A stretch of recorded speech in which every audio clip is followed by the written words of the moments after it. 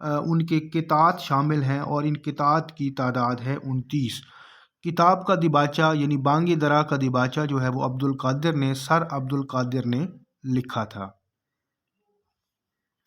مزید بانگ درا میں شامل جو انتہائی اہم نظمیں ہیں، خاص طور پہ وہ نظمیں جو کہ شخصیات پر مبنی ہیں، وہ بھی دیکھ لیجئے، جس میں مرزا غالب، حضرت بلال، داغ، سوامی رام تیرتھ، عبد القادر کے نام، فاطمہ بنت عبداللہ، غلام قادر روہیلا، شبلی و حالی، صدیق، عرفی، نانک، شیکسپیئر اور ہمایوں، یہ وہ نظمیں ہیں جو شخصیات پر مبنی ہیں۔ اس کے علاوہ بانگ درا کی مزید طویل نظمیں جو ہیں، اہم طویل نظمیں جو ہیں وہ بھی دیکھ لیجیے، جس میں خضر راہ، طلوع اسلام، فاطمہ بنت عبداللہ، شکوہ، جواب شکوہ، عبد القادر کے نام اور والدہ مرحومہ کی یاد میں۔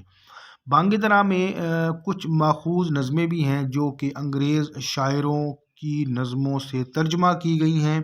دیکھیے گا، اس میں رخصت اے بزم جہاں اور ایک پہاڑ اور گلہری، یہ ایمرسن کی نظم سے ترجمہ شدہ ہے۔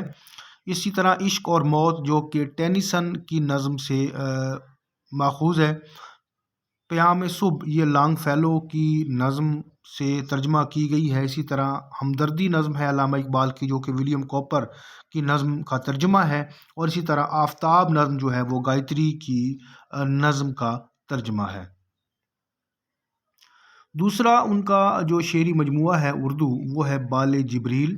اس کی پہلی شاعت 1935 میں ہوئی۔ بال جبریل کا پہلا نام نشان منزل رکھا گیا تھا، لیکن بعد میں پھر تبدیل کر دیا گیا۔ اس میں کل نظمیں جو ہیں وہ 70 ہیں۔ قطعات و رباعیات کی تعداد 42 ہے۔ اس میں جو اہم طویل نظمیں ہیں، اس میں مسجد قرطبہ، ذوق و شوق، ساقی نامہ، جبریل و ابلیس، یہ شامل ہیں۔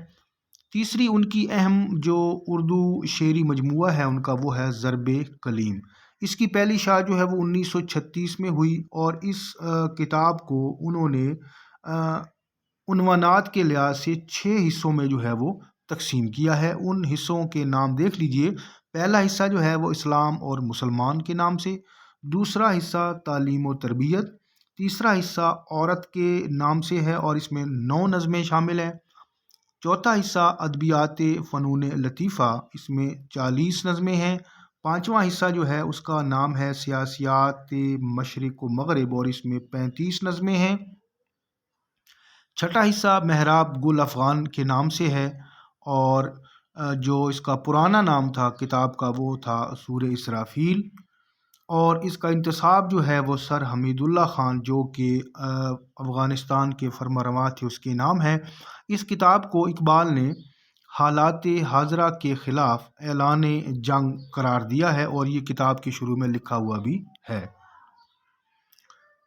ان کا جو چوتھا شعری مجموعہ ہے جو کہ آدھا اردو میں ہے اور آدھا فارسی میں ہے، وہ بھی دیکھ لیجئے۔ اس کی پہلی شاعت جو ہے وہ 1938 میں ہوئی اور اقبال کی وفات کے تقریباً 6 ماہ بعد۔ اس کے 2 حصے ہیں، اور ارمغان حجاز کا مطلب ہوتا ہے حجاز کا تحفہ۔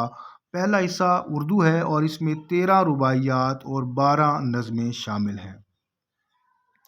دوسرا حصہ فارسی ہے، اس میں 394 رباعیات شامل ہیں، اور اس کتاب کی سب سے اہم طویل نظم جو ہے وہ ہے ابلیس کی مجلس شورا، اور اس کی آخری نظم ہے حضرت انسان۔ پانچویں ان کی کتاب ہے جو کہ خالص اردو کی ہے، لیکن یہ نثری کتاب ہے، ذہن میں رکھیے گا۔ اس کا عنوان ہے علم الاقتصاد، نثری کتاب ہے، 1904 میں پہلی بار شائع ہوئی۔ اس کا موضوع معاشیات ہے، یعنی معاشیات کے موضوع پر یہ کتاب لکھی گئی ہے، اردو زبان میں لکھی گئی ہے۔ اس کے جو کل حصے ہیں وہ 5 ہیں، اور کل ابواب کی تعداد 20 ہے۔ دیباچہ جو ہے علامہ اقبال صاحب نے خود لکھا، آرنلڈ کے کہنے پر انہوں نے یہ کتاب لکھی تھی، اور اس کے دیباچے میں آرنلڈ کا انہوں نے شکریہ بھی ادا کیا۔ کتاب لکھنے میں وہ شبلی نعمانی سے اصلاح بھی لیتے رہے۔ اقبال اکیڈمی نے اس کتاب کو 1961 میں جو ہے وہ شائع کیا تھا۔ اب کچھ اہم چیزیں ہیں اقبالیات کے حوالے سے جس کو متفرقات اقبال کا نام دیا گیا ہے۔ اقبال نے عربی اور فارسی مولوی میر حسن سے پڑھی، شاعری میں داغ سے اصلاح لیتے رہے۔ اقبال کی پہلی نظم حمالہ مخزن رسالے میں 1901 میں شائع ہوئی۔ جرمنی سے انہوں نے میونخ یونیورسٹی سے پی ایچ ڈی کی ڈگری جو ہے وہ حاصل کی، اور اس کے علاوہ 1923 میں انہیں سر کا خطاب جو ہے وہ حکومت کی طرف سے ملا تھا۔ اورینٹل کالج لاہور میں میکلوڈ عربک ریڈر کی پوسٹ پر بھی کام کرتے رہے۔ اس کے علاوہ لندن لنکدان یونیورسٹی سے بار ایٹ لا پاس کیا۔ اقبال نے لندن کا سفر جو ہے وہ 3 بار کیا تھا۔ پہلا 1905 میں تعلیمی سلسلے کو جاری رکھنے کے لیے گئے تھے، دوسری بار وہ 1931 میں گئے گول میز کانفرنس، دوسری گول میز کانفرنس میں شرکت کے لیے، اور تیسری بار 1932 میں تیسری گول میز کانفرنس میں شرکت کے لیے۔ افغانستان کا دورہ انہوں نے 1933 میں کیا، اور اس دورے میں اقبال کے ساتھ سر راس مسعود اور سید سلیمان ندوی بھی جو ساتھ تھے۔ اقبال نے اپنے برقی علاج کے لیے بھوپال کا سفر جو ہے وہ 1935 میں کیا تھا۔ اقبال کی والدہ کا نام امام بی بی۔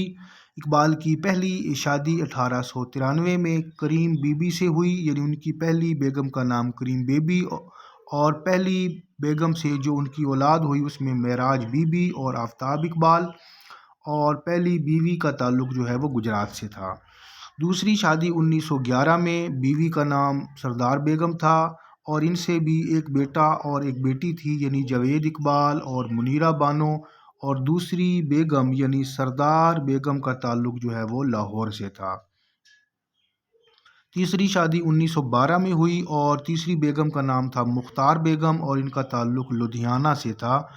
اقبال نے ایم اے فلسفہ 3rd ڈویژن میں پاس کیا تھا، اور اقبال کی اردو کی کل کتابیں یعنی خالص اردو کی کل کتابیں جو ہیں وہ 4 بنتی ہیں، جس میں ایک نثری ہے علم الاقتصاد، اور 3 جو ہیں وہ ہیں بانگ درا، بال جبریل اور ضرب کلیم۔ ارمغان حجاز جو ہے وہ مکمل اردو کی نہیں ہے، تو یہ ذہن میں رکھیے گا کہ جب وہ خالص اردو کی کتابیں پوچھے تو اس میں آپ نے جو ہے وہ 4 ہی بتانی ہے، کیونکہ ارمغان حجاز جو ہے وہ آدھی اردو میں ہے اور آدھی فارسی میں ہے۔ بال جبریل کے شروع میں سنسکرت کے شاعر بھرتری ہری کے شعر کا ترجمہ جو ہے وہ لکھا ہوا ہے، اور جس کو اکثر لوگ جو ہے وہ اقبال کا شعر کہتے ہیں، یعنی وہ شعر کا پہلا مصرع کچھ یوں ہے کہ پھول کی پتی سے کٹ سکتا ہے ہیرے کا جگر۔ اب یہ جو ترجمہ کیا گیا ہے، ترجمہ علامہ اقبال نے خود کیا ہے، لیکن یہ ترجمہ ہے بھرتری ہری جو شاعر تھا سنسکرت کی زبان کا، اس کے شعر کا ترجمہ جو ہے وہ بال جبریل کے شروع میں لکھا ہوا ہے۔ امید کرتا ہوں ویڈیو آپ کے لیے کارآمد رہی ہوگی۔ ویڈیو اگر پسند آئی ہے تو لائک اور شیئر ضرور کیجیے گا، کمنٹ کی شکل میں اپنی رائے کا اظہار بھی کیجیے گا۔ مزید کوئی سوال ہے تو وہ بھی آپ کمنٹ میں پوچھ سکتے ہیں۔ انشاءاللہ بہت جلد ایک اور ویڈیو کے ساتھ دوبارہ حاضر ہوں گے۔ اللہ حافظ۔